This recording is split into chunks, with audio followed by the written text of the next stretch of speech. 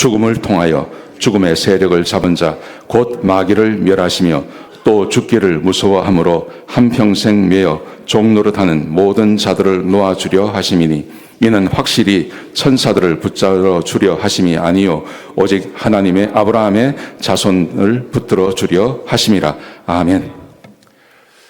생명의 선물이라는 제목입니다. 오늘 이번에 3번에 걸쳐서 우리 예수님께서 우리에게 주신 그 선물에 대해서 좀 생각을 해보려고 합니다. 근데 오늘 첫 시간 우리에게 생명을 선물로 주신 그 예수님을 한번 생각해 보려고 합니다. 이렇게 우리는 은혜 받으려고 하면 이게 안 들어갑니다. 이게 안 되네. 지금 우리는 고난주간을 지나가고 있습니다. 고난주간은 다름이 아니라 예수님께서 고난받으신 그 고난주간을 말하는 것이죠. 근데 왜 고난받으셨냐 하면 우리에게 생명을 주시기 위해서 우리 예수님께서 고난을 받으셨습니다. 근데 이 생명이 뭐냐 하는 거죠. 이 생명은 그냥 우리의 육신의 이 육체의 생명을 말하는 것이 아니라 우리의 생명, 영원한 생명인 우리의 영생을 갉아먹는 것들이 있습니다. 그게 죄입니다. 죄가 우리 인생에 찾아오고 죄가 내 삶의 자리를 잡으면 그러면 그 영원한 생명들이 사그라져 버립니다. 힘을 발하지 못합니다. 그래서 죄를 물리쳐 주시고 그리고 우리의 생명의 가장 큰 담보인 우리 주님이 우리를 위해서 생명을 주신 것은 죽음으로부터 그 죽음의 두려움과 그 죽음으로부터 우리에게 영원한 생명을 주시기 위해서 예수님께서 이 땅에 오시어서 고난받으신 것이죠. 예수님은 하나님이십니다. 히브리서 1장 1절에 보시면 제일 처음에 시작할 때 이렇게 말합니다. 옛적의 선자를 통하여 여러 부분과 여러 모양으로 우리 조상들에게 말씀하신 하나님이 이 모든 날 마지막에는 여러분 우리는 종말 그러면 먼 미래를 생각합니다. 근데 성경에서 종말은 예수님께서 오실 때부터 이미 종말인 것입니다. 그래서 이 모든 날 마지막에는 아들을 통하여 하나님의 아들이 이 땅에 오신 것입니다. 여러분 개의 아들은 뭡니까? 개죠. 개의 새끼. 개새끼는 강아지잖아요. 근데 그 강아지는 개지 않습니까? 사람의 자식은요, 아이든 뭐든 상관없이 그게 사람이잖아요. 하나님의 아들은요, 하나님의 아들이기 때문에 급수가 떨어진다. 그거 아닙니다. 하나님이시란 말입니다. 하나님을 통하여 사람들이 아무리 말을 해도 사람들이 못 알아듣으니까 이 마지막 때 하나님이 직접 인간의 몸을 가지고 오셔서 우리에게 말씀하신 것입니다. 이 아들을 만유의 상속자로 세우시고 또 그로 말미암아 모든 세계를 지으셨느니라. 그 아들이 바로 하나님이시고 하나님을 통해서 예수 그리스도를 통해서 세상을 창조하셨다고 삼위일체 하나님을 우리에게 말해주고 있는 겁니다. 여러분 그런데 이렇게 말만 하면 사람들이 믿지 않아요. 그래서 예수님께서 이 땅에 오셔서 직접 수많은 표적과 기사를 행하셨습니다. 이걸 다 보여주셨습니다. 죽은 사람을 살려내시고 물 위를 걷기도 하시고 오병이어의 기적을 행하기도 하시고 지금도 고치지도 못하는 그 많은 병들을 다 고치심으로 인하여 예수님이 하나님이신 것을 사람들에게 보여주시는 것입니다. 여러분 예수님께서 왜 이렇게 인간의 몸을 가지고 오셨냐는 거죠. 그리고 그분이 왜 십자가에서 죽으셔야만 했습니까? 그 이유는 우리 히브리서 1장과 2장에 보시면 우리에게 두 가지 생명을 주시기 위해서요. 첫 번째 이겁니다. 마귀를 멸하시기 위해서 생명을 준다는 말이 그 말입니다. 마귀를 멸한다는 말입니다. 그런데 이 마귀는 다른 게 아니라 바로 죄를 이야기하는 것입니다. 2장 14절에 보시면 오늘 본문에 함께 읽으신 이 본문의 말씀에 보시면요. 자녀들은 혈과 육에 속하였음에 그도 또한 같은 모양으로 혈과 육을 함께 지니심은 죽음을 통하여 예수 그리스도의 그 죽음을 통해서 죽음의 세력에 잡힌 자 곧 마귀를 멸하려 하심이라. 예수님께서 이 땅에 오신 이유 마귀를 멸하기 위해서입니다. 여러분 그런데 마귀는 그냥 미친 사람 아니면 귀신 들린 사람 정도로만 생각합니다. 그런데 마귀가 붙잡고 있는 세력이 있습니다. 그게 뭐냐 하면 바로 죄라는 것입니다.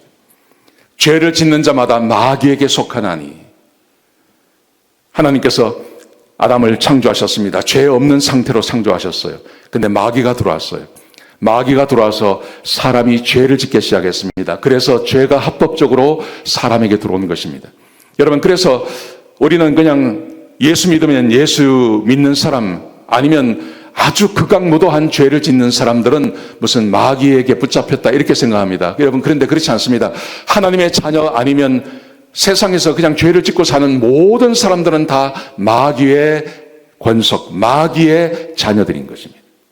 그래서 예수님께서 오신 이유가 바로 죄를 짓는 자가 마귀의 자녀인데, 하나님의 아들이 나타나신 것은 마귀의 일을 멸하시기 위해서요. 더 이상 사람들이 죄를 짓지 않고도 살 수 있는 그 은혜를 주시기 위해서 우리 예수님께서 이 땅에 오신 것입니다. 로마서 5장 11절에 보시면 이렇게 말씀하십니다. 그러므로 한 사람으로 말미암아 죄가 세상에 들어오고 죄로 말미암아 사망이 왔나니. 여러분, 죄는 그냥 죄를 짓고 이 땅에서 걸리지 않고 살면 아무 이상 없는 게 아닙니다. 그 죄를 지으면 반드시 죄에 대한 대가를 치러야 하는데, 그게 사망이라는 것입니다.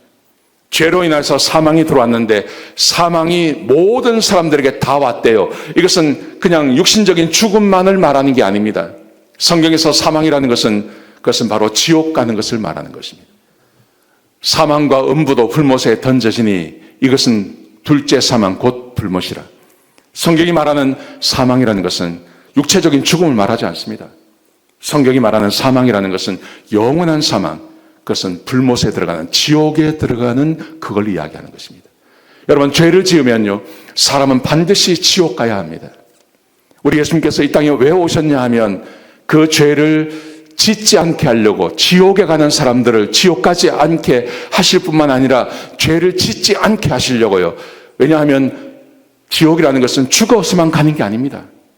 이 땅에서도 얼마든지 죄가 있으면 그것이 바로 지옥이 되기 때문에 그렇습니다. 죄의 결과를 보십시오. 죄가 딱 들어오자마자, 여기는 분명히 에덴 동산이었어요.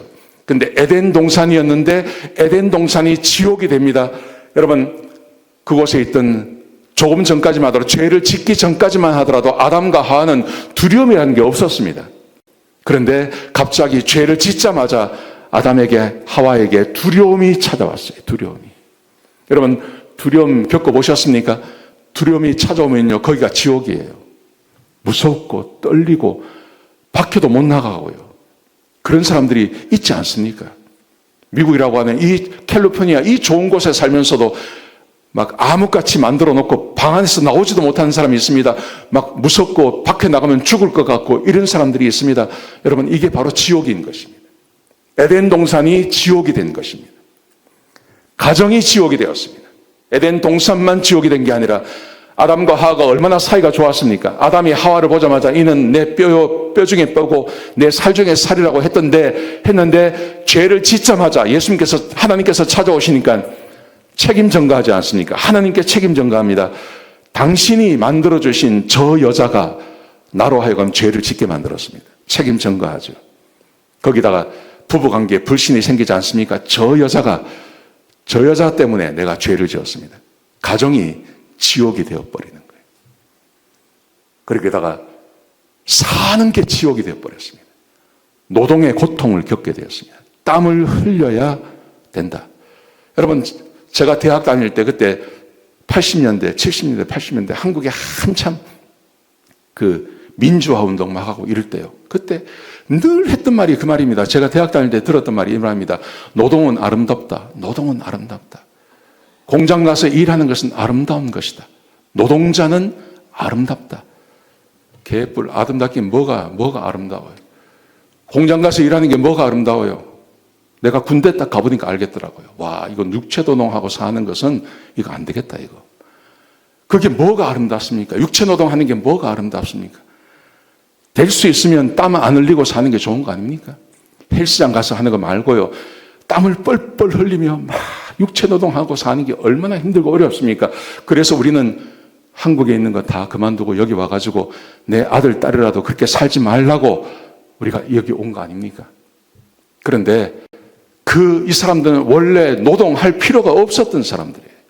땀 흘릴 필요가 없었던 사람들이에요. 자식을 놓는 거 얼마나 좋은 일입니까? 근데 그 출산의 고통이라는 것은 이로 말할 수 없지 않습니까? 그게 지옥 아닙니까? 지옥.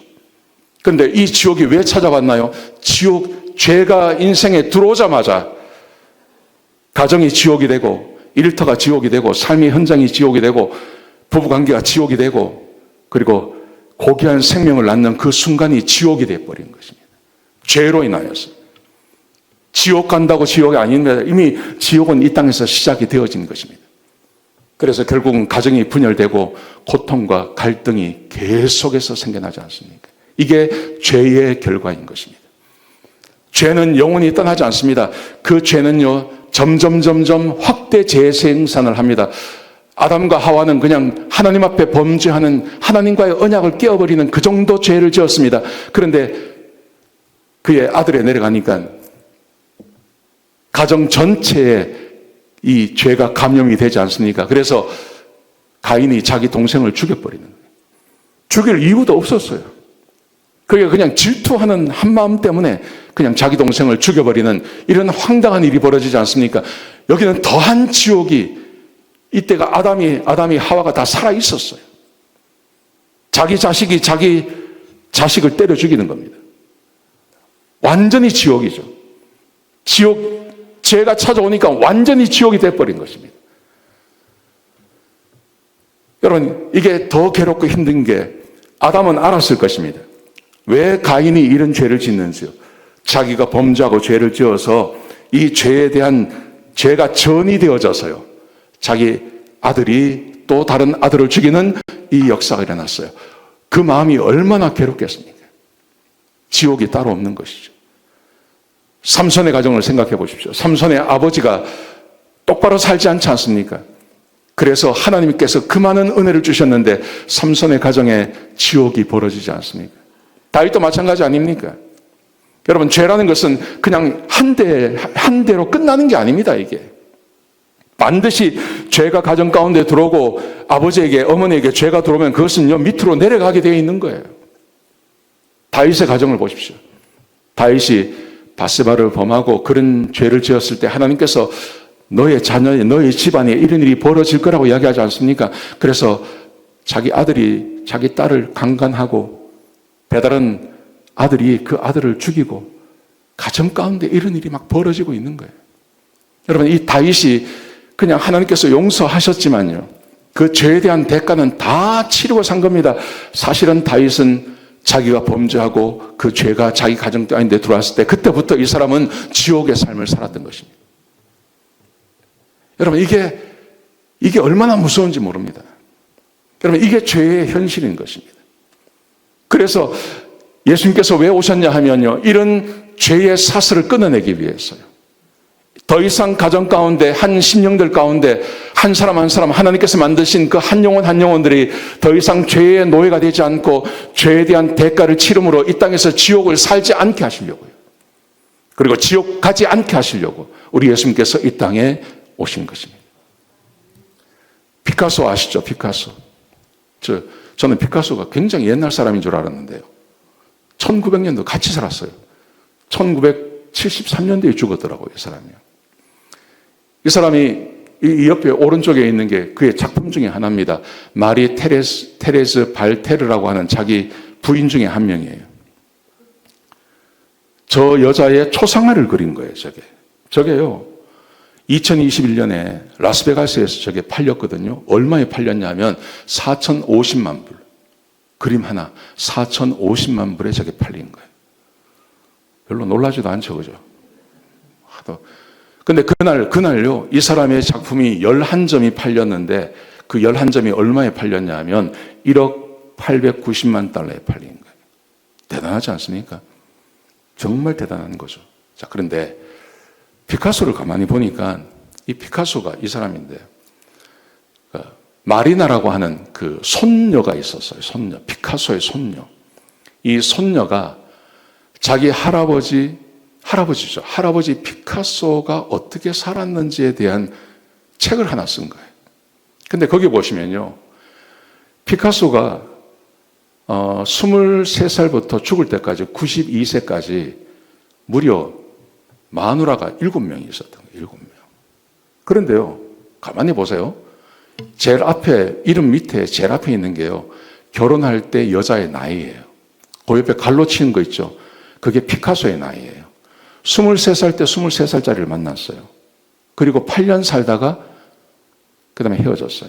두 번째 여자는 27살인데 31살 때 27살짜리 여자를 만난 거예요. 이 여자는 병이 들은 거예요. 그래서 3년 만에 쫓아냈어요. 세 번째는요, 올가라고 하는 여자인데 26살짜리를 36살에 만난 거예요. 근데 가만히 보십시오. 전부 20대 아니면 10대입니다. 이 사람이 70이 되어서도 27살짜리하고 결혼을 한 거예요. 기가 막히죠, 그죠? 이렇게 사는 거예요, 이 사람이. 근데 이게 공식적으로 이렇게 결혼은 한 두세 번 했고요. 나머지는 보니까 그냥 이렇게 동거인으로 산 거예요.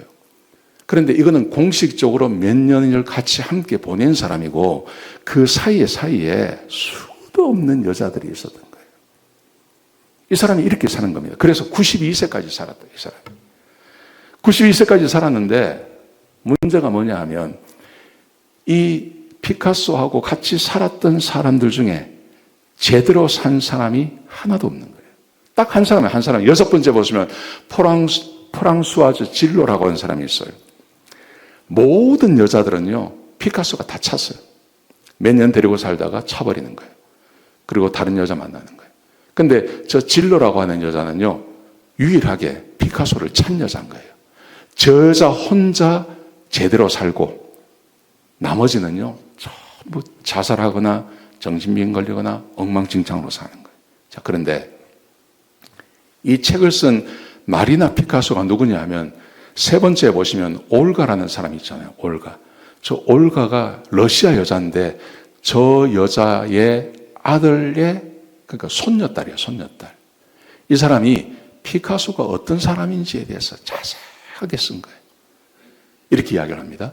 감정적으로 굉장히 잔혹하고 무성한 할아버지고 돈으로 가족을 통제하고 예술로 가족을 소비했고, 그러니까 가족이 뭐냐면 자기의 예술적인 그 영감을 위해서 여자를 막 데리고 사는 거예요.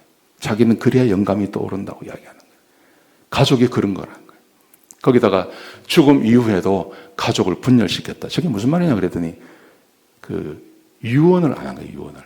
재산이 굉장히 많았는데 그 재산을 어떻게 처리한다는 말을 안 해가지고 죽고 나서 가족이 대판 싸우고 난리가 났다는. 이 마리나라고 하는 여자도요, 자기 아버지 자살하고 자기 아버지 오빠 죽고 하여튼 엉망진창. 그게 자기가 적어도 14년 이상을 병원에서 정신병원에서 시간을 보내고 그리고 이 책을 쓴 거예요. 피카소라고 하는 한 사람이 세계적으로 겉으로 보기에는 굉장한 화가고 화풍을 이루었고 그리고 돈도 많이 벌고 굉장한 것 같은데 그 내면에 들어가서 그의 가족사를 보면 이 사람을 만난 사람치고 제대로 인생 사는 사람이 거의 없다는 거죠. 전부 병 걸리고 자살하고 정신병 들어가고 엉망진창으로 산다. 지금도 마찬가지라는 거죠. 죄가 가정에 들어오면 그 죄로 인하여서 말할 수 없는 어려움과 고난이 그 지옥 같은 일이 가정 가운데 확 퍼진다는 거죠. 혼자로 끝나는 게 아니라 그 죄의 결과가 가정 가운데 자식들에게 그대로 대물림 되어진다는 거예요. 우리 예수님께서 이 땅에 왜 오셨냐면 이제는 우리 구주 그리스도 예수의 나타나심으로 말미암아 나타났으니 그는 사망을 패하시고 복음으로서 생명과 썩지 아니할 것을 드러내신지라. 더 이상 사람이 죄의 노예가 되지 않고 예수 그리스도를 만난 사람들이 죄를 이길 수 있는 힘과 능력을 우리 예수 그리스도께서 사람들에게 주셨다고 말씀하시는 거예요. 믿으십니까? 보세요. 손을 내밀어 제자들을 가리켜 이르시되 예수님의 가족이 왔어요. 그때 예수님께서 뭐라고 말씀하시냐면 나의 어머니와 나의 동생을 보라. 누구든지 하늘에 계신 내 아버지의 뜻대로 하는 자가 내 형제요 자매요 어머니니라. 무슨 말입니까 이게? 이제 예수 그리스도의 어머니라고 할 수 있고 예수 그리스도의 형제라고 할 수 있는 복음 안에서 죄를 범하지 않고 하나님의 자녀가 되어서 죄를 이기며 마귀를 물리치며 마귀의 세력에서 벗어난 사람들이 세상 가운데 편만하게 나올 것을 말씀하고 계시는 거예요. 죄를 얼마든지 이길 수 있는 그 하나님의 사람들이 세상에 생겨날 것을 말씀하고 계십니다. 같이 읽겠습니다. 시작. 그런즉 누구든지 그리스도 안에 있으면 새로운 피조물이라. 이전 것은 지나갔으니 보라 새 것이 되었도다. 내 아버지가 아무리 죄를 지어도, 심지어 내가 죄를 짓고 산다 하더라도, 그래서 죄의 세력이 우리 가정에 내 영혼 가운데 들어와서 나를 붙잡고 있다 하더라도, 내가 예수 믿고 구원받고 하나님의 백성이 되면 그 순간 그 죄의 세력을 물리칠 수 있고 죄를 이길 수 있는 능력과 힘을 우리 예수 그리스도께서 우리에게 주셨다고 말씀하시는 거예요. 아멘이십니까? 제 친구 중에요, 제가 부산에 가야라는 동네에 살았어요. 가야. 근데 그 동네가 그렇게 좋은 동네가 아니에요. 공장 많고 막 이런 동네예요. 근데 우리 동네에 아주 잘생긴, 제가 중학교 다닐 때 아주 잘생긴 친구가 서울에서 이사를 왔어요. 와, 이사를 왔는데 막 서울말 하는 거예요. 서울말. 이 피부가 얼마나 좋은지 애가 막 반짝반짝한 거예요. 잘생긴 애가 왔어요. 그래서 이제 학교도 같이 다니고, 그러니까 이제 그 친구가 같이 다녔죠. 아니, 그런데 좀 지나고 보니까 이 친구가 생긴 거하고 다르게 이게 좀 험하게 놀아요. 친구를 사귀어도 나쁜 친구 사귀고, 놀아도 좀 나쁘게 놀고, 막 이러더라고요. 그럼 뭐 같은 동네니까. 그러니까 같이 이렇게 지냈죠. 근데 이제 고등학교를 가는데 이 공부를 안 하니까 이 친구가 생긴 거하고 다르게 공고를 갔어요. 공고를 가고, 저는 인문계를 가고. 그러니까 이제 별로 볼 일이 없는 거예요. 그렇게 얼마나 지났는데 갑자기 동네에서 안 보여요, 얘가. 아예 안 보이더라고요. 그래서 뭐 어디 이사 갔나. 근데 어머니는 보이세요, 그 어머니가. 그러니까 내가 한 번씩 만나면 그 어디 잘 안 보입니다 하면 어머니가 말씀을 안 하세요. 아무 말 안 해요. 그러다가 몇 년 만에, 한 2년인가 만에 나타났는데 이 친구가 그런 거예요. 교도소 갔다 왔다는. 교도소. 그럼 네가 무슨 교도소 갔다 왔냐 하니까 그 이야기를 해주는 거예요. 자기는 이제 그때 교도소 갔다 와갖고 이게 뭐라 그래요? 이 자랑 같은 거 있잖아요. 별 달았다 이거예요. 이런 건 거예요. 그래서 뭐라 그러냐면 자기가 술을 먹고 택시를 탔는데 택시 운전수가 탁 타니까 그 돈을 이렇게 세더라는 거예요. 그게 뭐냐 그러면 그 갯돈을 탔다고. 갯돈 타가지고 돈을 세더라는 거예요. 그걸 딱 보는 순간에요. 만나는 애들이 전부 그런 친구들이잖아요. 그러니까 저거 내가 뺏어야 되겠다 이 생각을 한 거예요. 그래가지고 자기 동네가 가야인데 가야로 안 가고 단감동 가자. 단감동. 그 동네 아주 험한 동네 있거든요. 단감동이라고. 거기 가자. 거기 갔습니다. 거기가 이제 산을 이렇게 지나서 가는데 그 산에 딱 들어갈 때 덮친 거예요. 차를 세워라. 그래가지고 덮친 거예요. 마침 그런데 거기에 누가 있었냐면 그 전날에 택시 강도가 거기 있었던 거예요. 그래서 형사들 몇 사람이 거기에 딱 잠복을 하고 있었던 거예요. 근데 거기 딱 서가지고 바로 형사 앞에서 거기서 딱 하다가 현장에서 딱 잡힌 거예요. 그래서 교도소를 간 거예요. 교도소 가가지고 뭐 고등학생이고 미성이고 막 그러니까 그 집이 좀 부유한 집이었어요. 아버지가 사업도 하고 동네에 큰 뭐라 그럽니까? 책상도 팔고 의자도 팔고 그런 가구점 같은 거 하는 그런 집이었는데 그걸 얘가 그 2년 그 교도소 가면서요. 그거 어떻게 빼내려고요. 거기에 돈을 엄청 쓴 거예요. 그래가지고 이게 나온 거예요. 나와가지고 이제 그냥 고등학교는 다시 갈 수가 없는 거예요. 그렇다고 해서 뭐 얘가 공부를 해서 고등학교 검정고시를 칠 것도 아니고. 그러니까 이제 아버지가 하고 있는 그 조그만한 그 큰 가게였는데 이제 줄여가지고 조그만 가게가 하고 있는 거기 그 가구점에 가서 이제 일을 하고 있는 거예요. 고등학교 때 그러는 거예요. 저는 대학을 갔습니다. 대학 가서 저는 이제 학교에 있다가 어때 방학 때 한 번씩 오잖아요. 그럼 보면 그 동네니까 보면 거기서 일을 하고 있는 거예요. 늘 거기서 일하고 있는 거예요. 내가 그걸 4년을 봤거든요. 그리고 제가 군대를 갔습니다. 군대를 갔다 와서 군대 가서 제가 그 휴가 때 한 번씩 오면요. 또 거기서 일을 하고 있는 거예요. 근데 내가 그 친구가 나한테 했던 말은 내가 지금도 잊어버리잖아. 내가 제대할 때가 내가 군대 생활 4년 했거든요. 내가 제대할 때가 됐으니까 그때가 나이가 뭐 한 27살, 8살 될 때인데 하루는 그 버스 정류장 앞에 가게가 있어요. 그러니까 버스 타러 가면 항상 그 보는 거예요. 그래서 내가 한 번씩 들어가고 인사하는 거죠. 그런데 어느 날 내가 이제 군대에서 이제 제대할 때가 얼마 안 남아가지고 지나가다 보는 거 그게 있더라고. 그래서 들어갔어요. 그래, 요새 어떻게 지내냐? 이 친구가 뭐라고 하냐면, 요새 외로워 죽겠다. 이러는 거예요. 뭐가 외로워? 그러니까, 난 결혼을 하고 싶은데, 결혼이 안 된다. 이러는 거예요. 당연히 안 되죠. 중졸에다, 정과 일범에다가, 하는 것도 없고, 그냥 아버지 가게에서 그걸 하고 있으니, 누가 거기에 시집을 옵니까? 결혼을 하고 싶은데 결혼이 안 되는 거예요. 사람을 만나가지고 이야기를 하면 다 도망가 버리는 거예요. 그러면서 나보고 뭐라 그러냐면, 야, 너 주변에 그 착한 아가씨 있으면 좀 소개 좀 해주라. 이러는 거예요. 내 주변에는 전부 신학교 다니고 전부 이런 사람인데 그걸 어떻게 소개해 줍니까? 말 같지도 않는 소리죠. 그러다가 저는 이제 미국 왔어요. 저는 미국 유학 오고 뭐 이러고 잊어버리고 산 거예요. 잊어버리고 살다가 제가 여기서 공부 끝내고 한국에 가서 한 6년 사역을 했거든요. 사역하고 있는데 교회로 전화가 온 거예요. 교회로. 그게 그러니까 헤어진 그 친구 못 만난 지 뭐 한 10몇 년 지난 다음에 저한테 전화가 온 거예요. 교회로.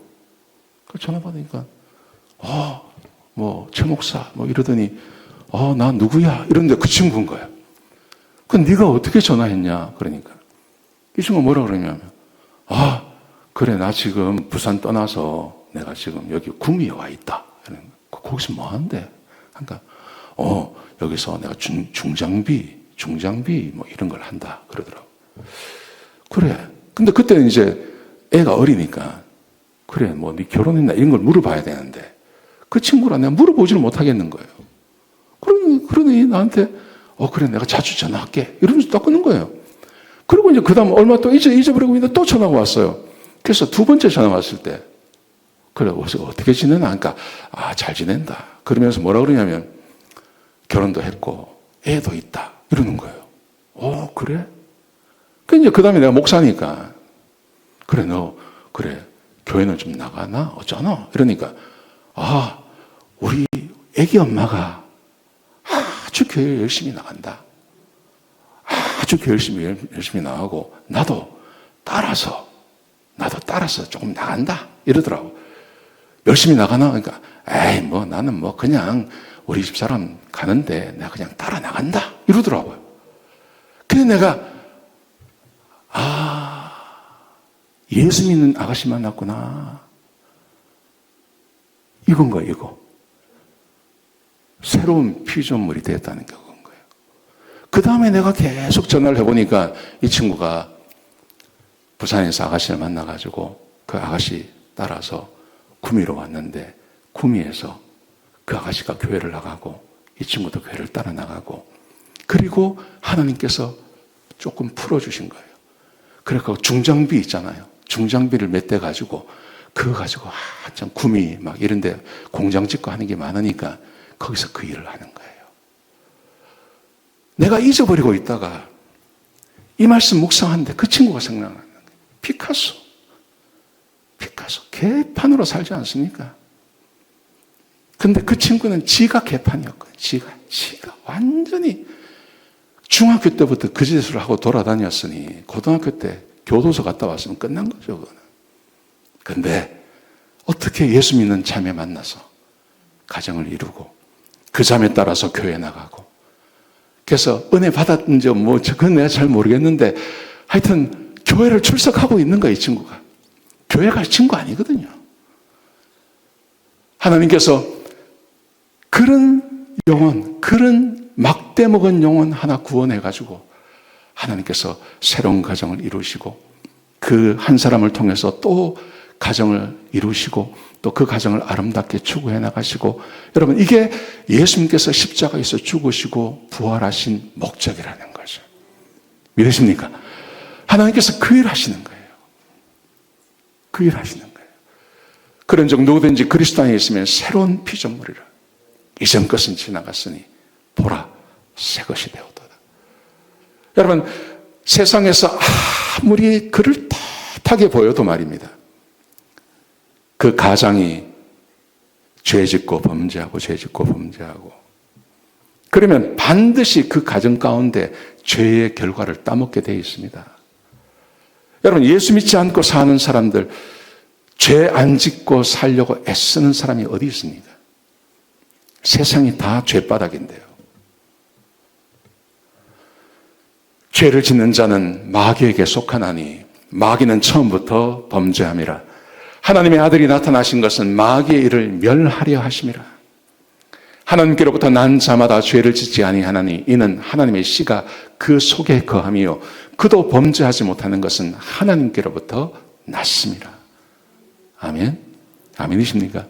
예, 예수님께서 우리를 구원해 주셔서 하나님의 백성 삼아 주신 것, 그것은 이 땅에 사람들이 겪고 있는 그 지옥 같은 곳에서 우리를 건져내시는 것입니다.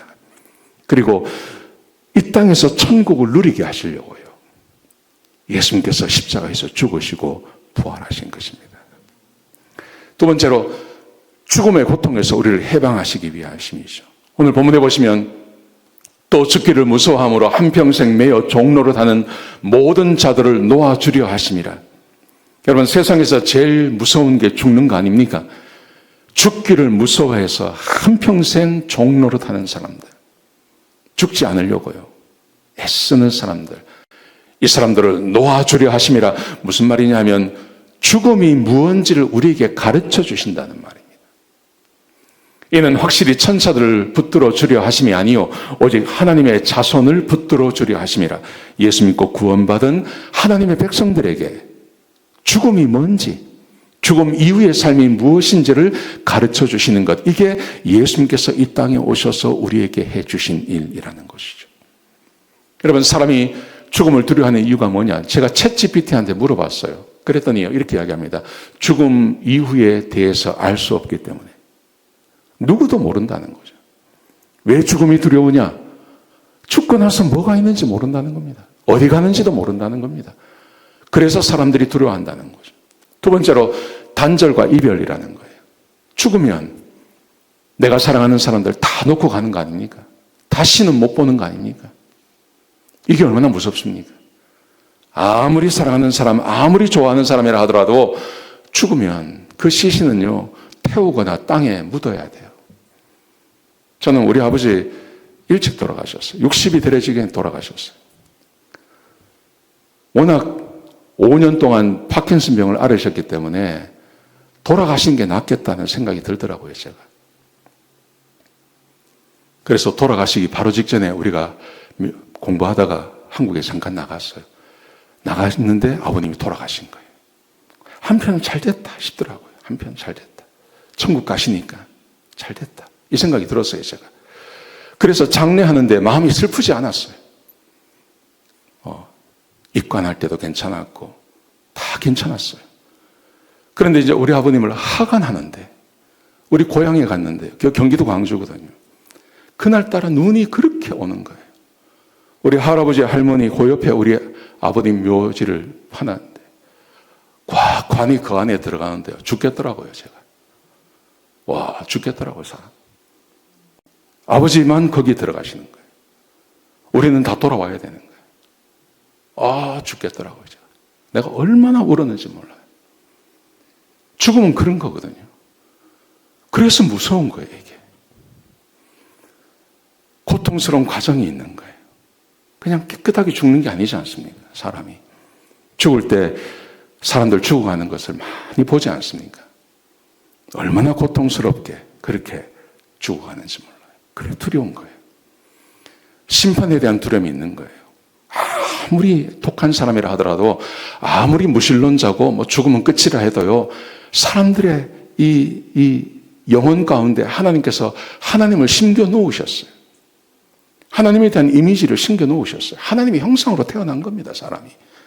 그래서 사람이 죽고 끝나는 거 아닌 거 다 알고 있어요. 그리고 심판이 있다는 거 알고 있어요. 그래서 무서운 거예요. 여기에 자유로울 수 있는 사람이 어디 있겠습니까? 아무도 없습니다. 내가 살아온 인생을 내가 아는데 이게 얼마나 무서운데요. 그래서 무서운 것입니다. 그리고 자아가 소멸되는 거예요. 내가 평생을 죽도록 만들어 놓은 그 모든 것, 그것 딱 놓고요, 내가 없어져 버리는 거예요. 이거 누가 가져갈까 생각하면요, 무섭지 않습니까? 그런데 더 무서운 거는 인간은요, 이런 걸 다 알고 있다는 거예요. 동물은 이거 모릅니다. 그래서 죽음 자체를 모르는 겁니다. 근데 사람은 이걸 다 알고 있는 거예요. 그래서 사람이 무섭고 힘들고 어려운 거예요. 죽음이 그렇게 무서운 거예요. 이게 이제 한국은 공동묘지에 가면 막 으스스하지 않습니까? 그런데 여기는 이렇게 봉분이 없으니까 그냥 비만 이렇게 세워놓으니까요. 근데 저 비에 어떤 사람이 이런 걸 적어놨대요. 나도 전에는 당신처럼 그 자리에 그렇게 서 있었어. 두 번째가 뭐냐면요, 나도 전에는 당신처럼 그곳에 서서 그렇게 웃고 있었어. 세 번째가 뭐냐면, 이제 당신도 나처럼 죽을 준비를 하시오. 그랬다는 거예요. 근데 문제는 뭐냐면요, 어떻게 준비할지를 모른다는 거예요. 어디를 갑니까? 어디를 갑니까? 가서 뭐 합니까? 어떻게 갑니까? 아무도 모릅니다. 그래서 무섭고 어려운 거예요. 저는 전쟁 영화 이런 걸 좋아해서요. 근데 제가 이해가 되지 않는 게 뭐가 있냐면, 죽음 앞에서 사람들이 벌벌 떨어요. 막 무서워하는 걸 보면 왜 저렇게 저러지? 그냥 한번 대들어보고 한번 같이 싸우나 보고 죽지. 왜 저렇게 무기력하게 죽나? 특별히 홀로코스트나 이런 걸 보면 왜 저렇게 사람의 숫자가 훨씬 많은데 왜 저렇게 왜 저렇게 무기력하게 죽나? 나 그게 이해가 안 되더라고요. 그런데 존 더 코만도라고 하는요, 이게 뭐냐 하면,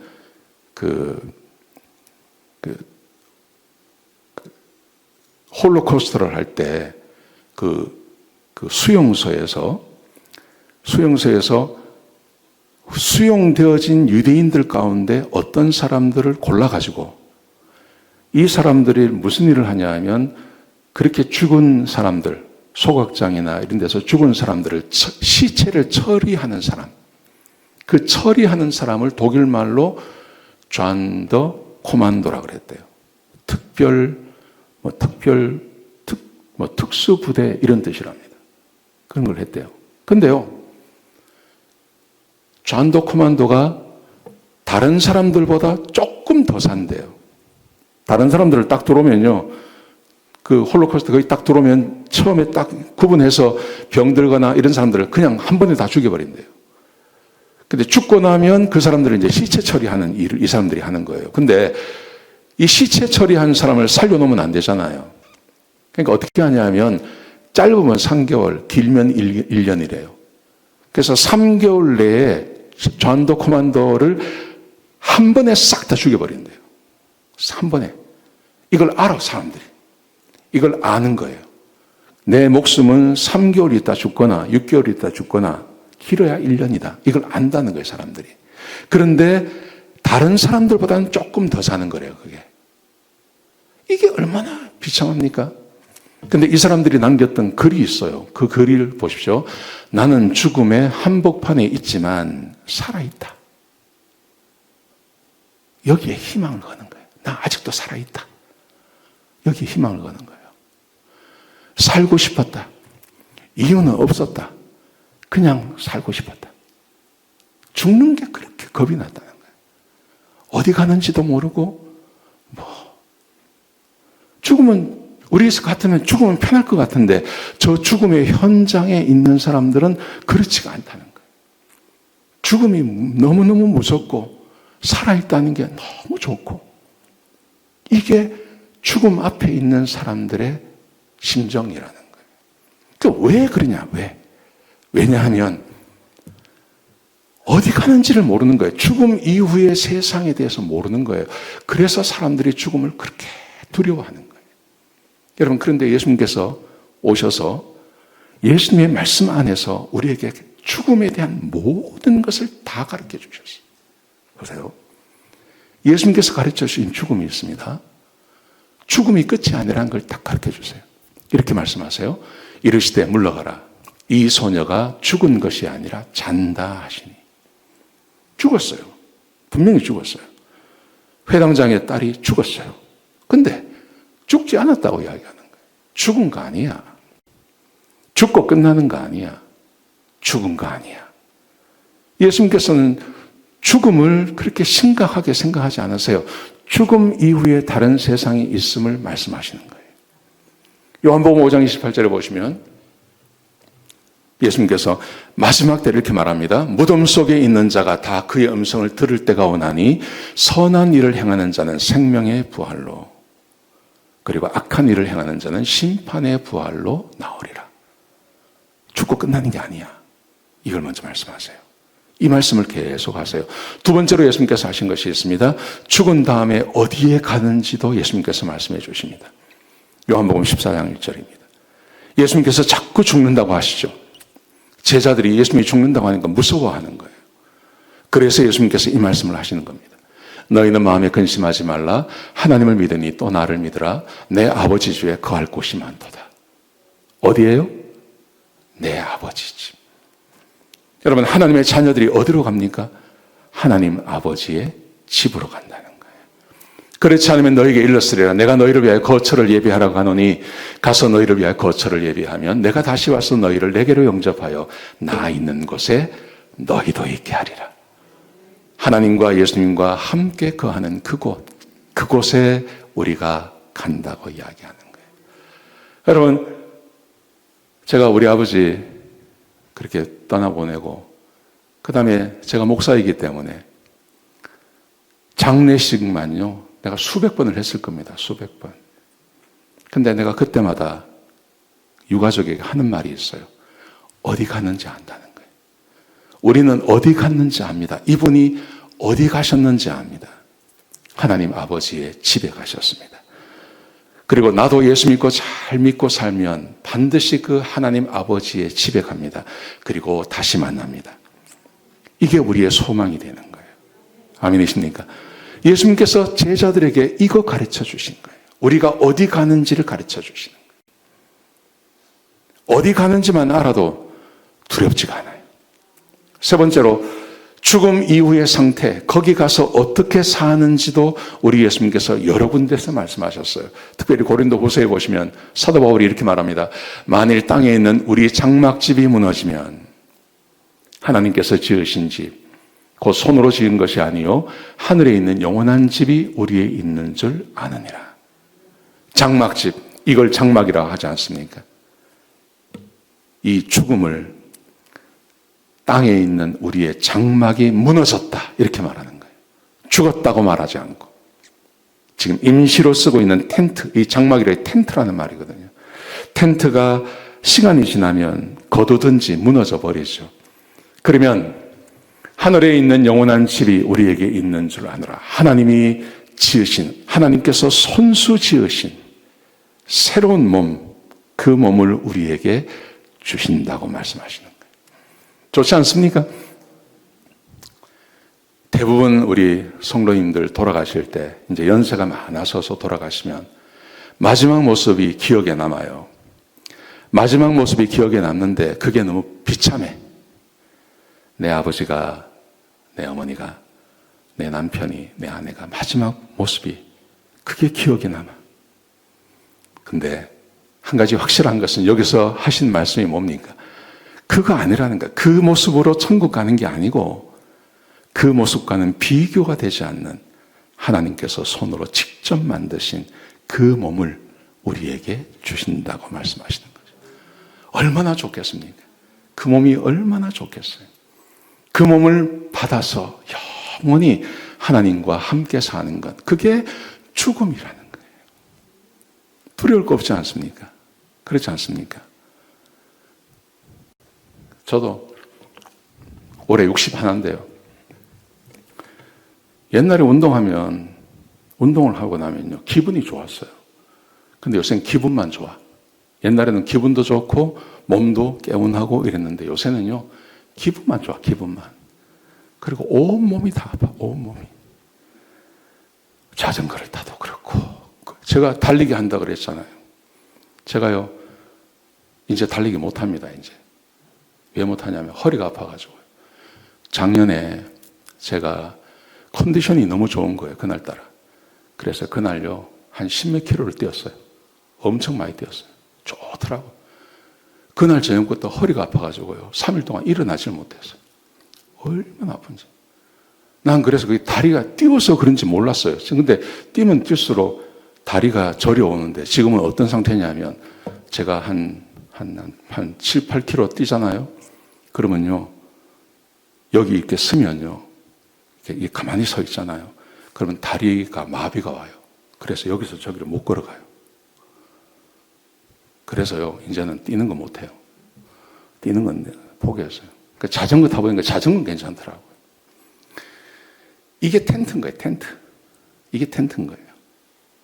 내가 하나님 앞에 가면 이거 이제 없애시고 하나님께서 직접 만드신 아프지도 않고 쇠하지도 않고 병들지도 않는 그런 몸을 우리 하나님이 나에게 주신다고 말씀하시는 거예요.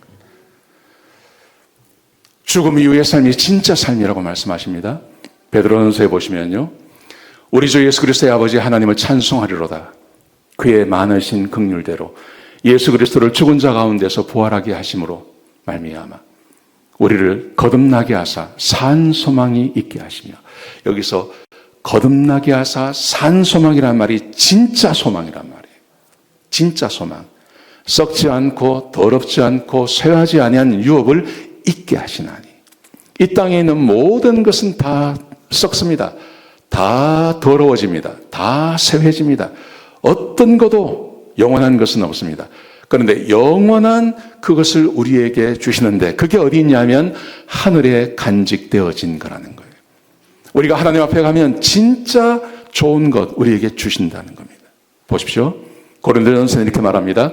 죽은 자의 부활도 그와 같으니 썩을 것으로 심고 썩지 아니할 것으로 다시 살아나며. 썩을 것, 우리 몸을 말하는 거예요. 이거 내어놓고 하나님께서 직접 만드신 그 좋은 것 우리에게 주신다는 거예요.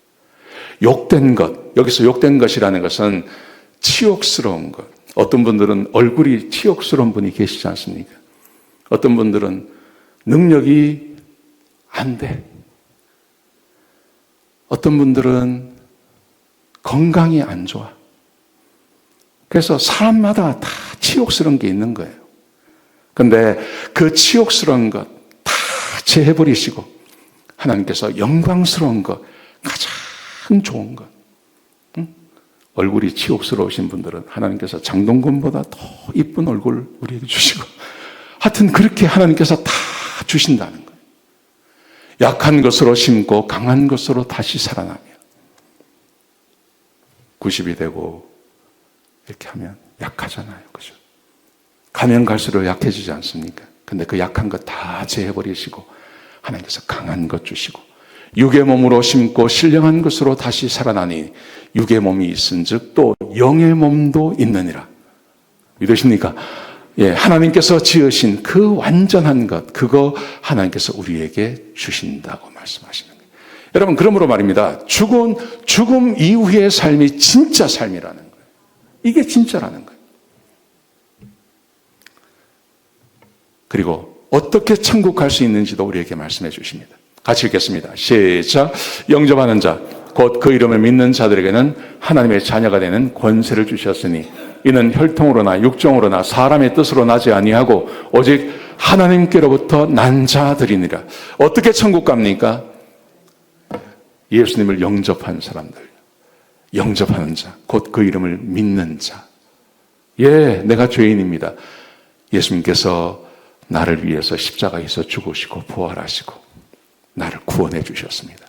내가 죄인인 것을 믿습니다. 나 고백합니다. 나 지옥 갑니다. 나 지옥 가지 않고 천국 가게 해 주십시오. 하고 하나님 앞에 무릎 꿇고 회개한 자들, 그를 우리는 영접했다 그러죠. 그를 우리는 믿었다 그러죠. 그걸 우리는 하나님께로부터 난 자들이라고 이야기하는 거예요. 그렇게 믿음으로 구원받은 사람들을 우리 하나님께서 한 사람도 예외 없이 천국에 데려가시겠다고 말씀하시는 거예요. 여러분, 그러므로 말입니다. 우리는 죽음을 두렵죠. 그런 마음이 있을 수는 있죠. 근데 이 5가지를 곰곰이 생각해 보십시오. 죽는 것은 끝이 아니야. 죽은 다음에 어디로 가는지 우리가 알아요. 거기 가면 어떻게 되는지도 알아요. 거기가 진짜 삶인 것도 알고 있어요. 그리고 내가 예수님을 영접했어요. 그러면 죽음을 그렇게 세상 사람들처럼 그렇게 두려워할 필요가 있겠습니까? 그래서 우리는 교회에서는 장례식이라고 하지 않지 않습니까? 천국 환송 예배라고 이야기하는 거죠. 천국으로 보내드리는 거죠. 그리고 우리가 다시 가서 만날 것을 기대하는 마음 가지고 살아가는 것을 이야기하는 것입니다. 여러분, 그래서 말입니다. 성경에서 이렇게 말합니다. 그의 경건한 자들의 죽음은 하나님께서 보시기에 경건한 사람들의 죽음, 이것은 여호와 보시기에 귀중한 것이로다. 하나님께서 귀하게 쓰셨던 한 사람이 죽는 것, 그것은 너무너무 하나님 앞에 귀한 거라는 거예요. 그 영혼을 하나님께서 데려가시잖아요. 얼마나 기다리셨겠어요. 성경에 보시면요, 이런 예가 있습니다. 시몬이라는 사람이 있어요. 이 시몬이라는 사람이 하나님 앞에 헌신되어서 살아가는데, 이분이 연세가 많잖아요.